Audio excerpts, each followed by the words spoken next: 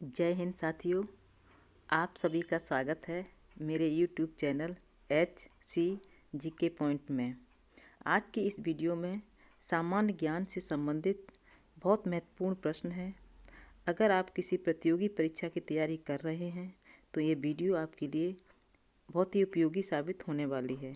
तो वीडियो को अंत तक ज़रूर देखें और बिना किसी देरी की तरह हमेशा की तरह चलते हैं सवालों की दुनिया में। और पहला सवाल आपके सामने है, हवाई जहाज़ का आविष्कार सर्वप्रथम किस देश में हुआ था? ये प्रश्न पिछली बार कई बार आ चुका है। हवाई जहाज़ का आविष्कार सर्वप्रथम किस देश में हुआ है? आपके सामने ऑप्शन है। अगर आपको सही जवाब मालूम है तो कमेंट ज़रूर करिएगा और इसका सही जवाब हो जाएगा अमेरिका। हवाई जहाज़ का आविष्कार सर्वप्रथम अमेरिका में हुआ था। आगे चलते हैं और प्रश्न आपके सामने है, किस बादशाह के अंतर्गत मुगल सेना में सर्वाधिक हिंदू सेनापति थे? कौन सा ऐसा मुगल शासक था जिसकी सेना में सर्वाधिक हिंदू सेनापति थे? आपके सामने ऑप्शन है और इसमें सही जवाब हो जाएगा ऑप्शन बी, औरंगजेब। औरंगजेब की सेना में सर्वाधिक हिंदू सेनापति थे। आगे बढ़ते हैं और सवाल आपके सामने है, रविवार की छुट्टी निम्नलिखित में से कब से शुरू हुई? रविवार की छुट्टी कब से शुरुआत हुई है? ऑप्शन आपके सामने है और इसमें सही जवाब हो जाएगा ऑप्शन ए, 1843 में, 1843। रविवार की छुट्टी की शुरुआत सन 1843 में हुई थी।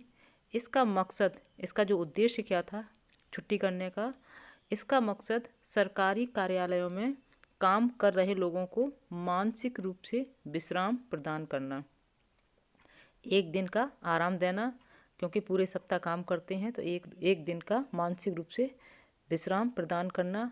पंचांग के अनुसार यह शुभ दिन है। प्रायः इसी दिन सामाजिक एवं धार्मिक कार्यक्रम रविवार को सबसे ज़्यादा होते हैं।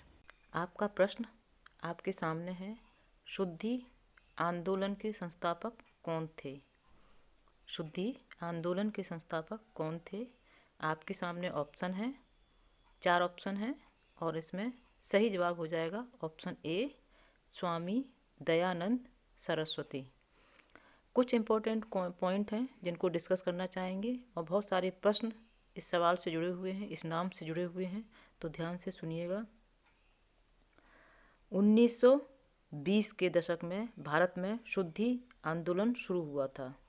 स्वामी दयानंद सरस्वती को भारत का दादाजी भी माना जाता है और उन्होंने 1875 में आर्य समाज की स्थापना की थी। उन्हें हिंदू धर्म के मार्टिन लूथर के रूप में भी जाना जाता है। स्वामी दयानंद सरस्वती एक समाज सुधारक थे और भारतीयों के लिए भारत का नारा पहली बार स्वामी दयानंद सरस्वती ने 1876 में उठाया था। ये कुछ पॉइंट थे, याद रखिएगा। भारतीयों के लिए भारत, ये प्रश्न अक्सर आता है। 1876 में स्वामी दयानंद सरस्वती ने उठाया था। और दूसरा, वेदों की ओर लौटो, वेदों की ओर लौटो प्रसिद्ध नारा जिसे स्वामी दयानंद सरस्वती जी ने उठाया था। स्वामी दयानंद सरस्वती की उल्लेखनीय कृतियाँ भी हैं। तो ये कुछ इम्पोर्टेंट प्रश्न थे स्वामी दयानंद जी से जुड़े हुए और इस प्रश्न से जुड़े हुए, जो कई प्रश्न इस सवाल से हैं। अगर प्रश्न कैसे भी आ जाए तो आप उसका जवाब अभी मैंने जो पॉइंट डिस्कस किए उसके आधार पर दे सकते हैं।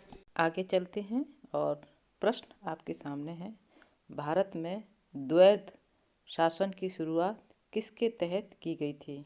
द्वैध शासन की 2 अलग अलग रूपों में नियमों को लागू करना। तो भारत में द्वैध शासन की शुरुआत किसके द्वारा की गई थी? आपके सामने ऑप्शन है और हमारा सही जवाब हो जाएगा मोंटफोर्ड सुधार या मॉन्टेग्यू चेम्सफोर्ड सुधार।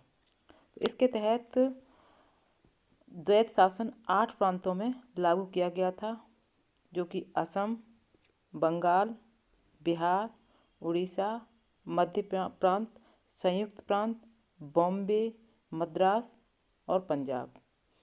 द्वैध शासन के व्यवस्था के तहत प्रांतीय सरकार को अधिक अधिकार दिए गए थे और राज्यपाल को प्रांत में कार्यकारी प्रमुख होना था। 1918 में एडविन मॉन्टेग्यू राज्य सचिव और लॉर्ड चैम्सफोर्ड वायसराय ने संवैधानिक सुधारों की अपनी योजना तैयार की थी। इस अधिनियम ने प्रांतीय सरकार के स्तर पर कार्यपालिका के लिए एक द्वैत शासन, जो कि दो व्यक्ति या पार्टियों की शासन की शुरुआत की गई थी, इसलिए इसे मॉन्टेग्यू चैम्सफोर्ड यानी मोंटफोर्ट सुधार कहा जाता है। आगे चलते हैं और प्रश्न है आपके सामने, जब्ती या दहशला प्रणाली की शुरुआत किसके द्वारा की गई? जब्ती या दहशला प्रणाली, इसका अर्थ समझते हैं। जब्ती या दहशला प्रणाली किससे संबंधित है? भूमि राजस्व प्रणाली से संबंधित है जब्ती या दहशला प्रणाली। अगर जब्ती शब्द आ जाए तब भी इसका आंसर यही होगा, और दहशला प्रणाली आ जाए तब भी इसका प्रश्न का मतलब यही होगा। ये भूमि राजस्व प्रणाली से संबंधित प्रश्न है कि शुरुआत किसके द्वारा की गई है। हमारे सामने ऑप्शन है इब्राहिम लोदी, बलबन, राजा टोडरमल या फिर मोहम्मद शाह। इसका सही जवाब हो जाएगा राजा टोडरमल। दहशला प्रणाली या जब्ती प्रणाली जो कि भूमि राजस्व प्रणाली से संबंधित है, राजा टोडरमल द्वारा शुरू की गई थी और उस समय राजा टोडरमल अकबर के वित्त मंत्री थे। अब इस प्रणाली के बारे में थोड़ा समझ लेते हैं संक्षिप्त में। इस प्रणाली में 10 साल की औसत उपज प्राप्त की गई थी और इस औसत उपज का एक तिहाई प्रति बीघा में तय किया गया था और बाकी 2/3 हिस्सा खेती करने वालों के पास छोड़ दिया जाता था। तो ये थी भूमि राजस्व प्रणाली टोडरमल की, जो अकबर के वित्त मंत्री रहे थे। प्रश्न अगर ऐसे आ जाता है जब्ती प्रणाली का, तब भी यही आंसर रहेगा, या फिर दहशला प्रणाली आ जाता तब भी यही आंसर रहेगा। आपका प्रश्न आपके सामने है, विश्व में कितने महाद्वीप हैं? इम्पोर्टेंट है और कई बार परीक्षाओं में आया है प्रश्न, ये आगे भी आने की संभावना है, तो इसको अच्छे से याद रखिएगा और इसकी जानकारी होनी भी चाहिए। विश्व में कुल कितने महाद्वीप हैं? 7 महाद्वीप, 9 महाद्वीप, 8 महाद्वीप या फिर 10 महाद्वीप? तो इसका सही जवाब हो जाएगा ऑप्शन ए, 7 महाद्वीप।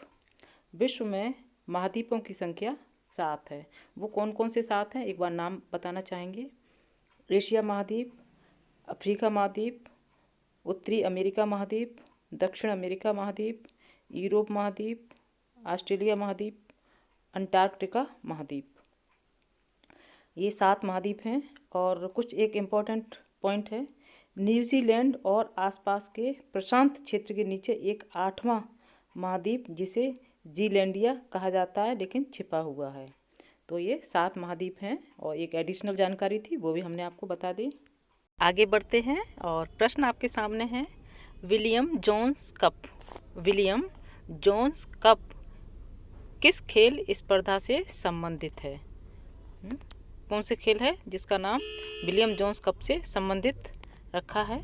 तो ये ऑप्शन है आपके सामने और सही ऑप्शन हो जाएगा बास्केटबॉल। बास्केटबॉल का जो स्पर्धा है उसका विलियम जोन्स कप से है और इसका नाम basketball promoter Renato William Jones के सम्मान में रखा गया था। वह एक इंटरनेशनल बास्केटबॉल फेडरेशन के संस्थापक थे।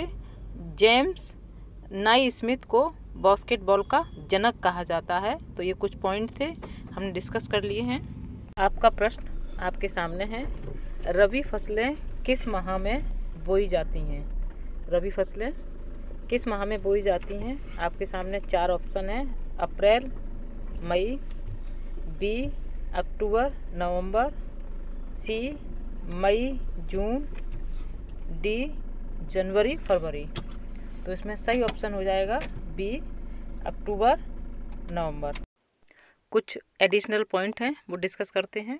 रबी फसलें कृषि फसलें हैं जो दक्षिण एशिया में अक्टूबर नवंबर के दौरान सर्दियों में बोई जाती हैं और अप्रैल मई के दौरान बसंत में काटी जाती हैं। और प्रमुख रबी फसलें कौन कौन सी हैं ये जानना भी जरूरी है। गेहूँ, जौ, मटर, चना, सरसों आदि ये रबी फसलें हैं। और जिन राज्यों में रबी फसलें बोई जाती हैं वो नाम भी बताएंगे। वो हैं पंजाब, हरियाणा, हिमाचल प्रदेश, जम्मू कश्मीर, उत्तराखंड और उत्तर प्रदेश। ये राज्य हैं जहाँ पर रबी फसलें बोई जाती हैं। और रबी फसलें कौन कौन सी हैं वो भी हमने आपको बता दी हैं, और कब बोई जाती हैं और कब काटी जाती हैं, ये सारे पॉइंट आपके सामने डिस्कस कर दिए हैं। अब आप आपका सही जवाब आप आराम से दे सकते हैं। वीडियो अगर पसंद आई है तो वीडियो को लाइक करें, शेयर करें, चैनल को सब्सक्राइब करके बेल आइकॉन दबा दें, जिससे कि आपकी हमारी हर वीडियो आप तक पहुंचती रहे। जय हिंद, जय भारत।